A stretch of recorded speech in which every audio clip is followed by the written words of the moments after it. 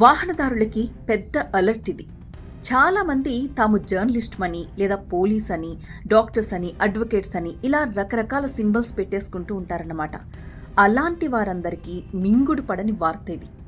Suppose press అని పెట్టుకున్నారని అనుకోండి, మీరు ఛానల్లో వర్క్ చేస్తున్నప్పటికీ కూడా మీ దగ్గర అక్రిడేషన్ అంటే ప్రభుత్వంచే గుర్తించబడిన అక్రిడిటేషన్ కార్డు మీరు చూపిస్తేనే మీరు ప్రెస్ అన్న స్టిక్కర్ని పెట్టుకోవడానికి అర్హులన్నమాట.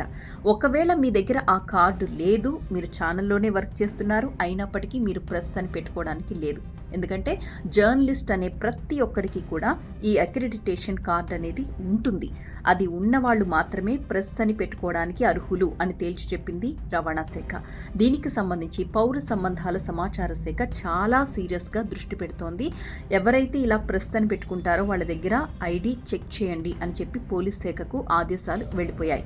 వీళ్ళు మాత్రమే కాదు, అడ్వకేట్ అండ్ పోలీస్ అనే స్టిక్కర్స్ వేసుకున్న వాళ్ళని కూడా రేపటి నుంచి ట్రాఫిక్ పోలీసులు ఆపుతారు.